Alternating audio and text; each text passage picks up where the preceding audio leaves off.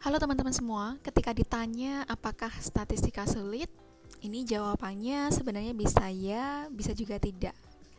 Banyak orang yang merasa bahwa belajar statistika itu menjemukan dan kadang sulit untuk memahaminya. Nah, yang banyak yang nggak tahu bahwa belajar statistika itu sebenarnya satu halaman buku itu bisa dikatakan kita sama saja dengan belajar dengan 10-12 halaman kita baca buku novel atau sejarah. Lalu gimana sih caranya biar kita bisa sukses dalam belajar statistika? Yang pertama yaitu jangan merasa bodoh.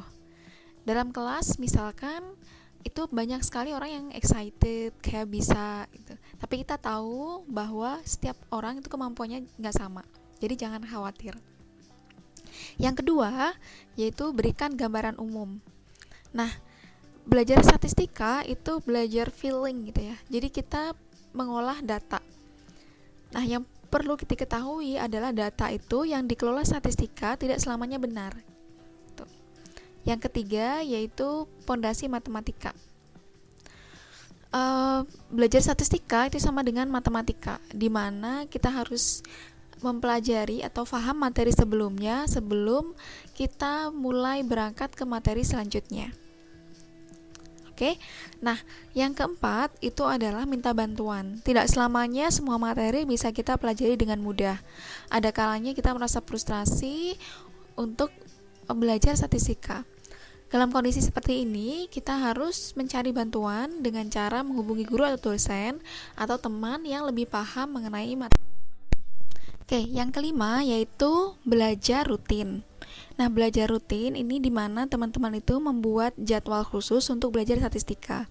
Tidak perlu lama, mungkin 5-10 menit untuk mereview, jadi agar otak itu bisa bekerja lebih ringan.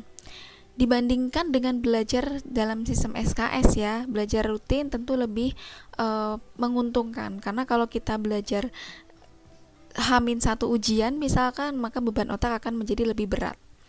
Yang keenam yaitu menghubungkan ke masalah nyata. Permasalahan statistika itu pasti ada hubungannya dengan masalah nyata.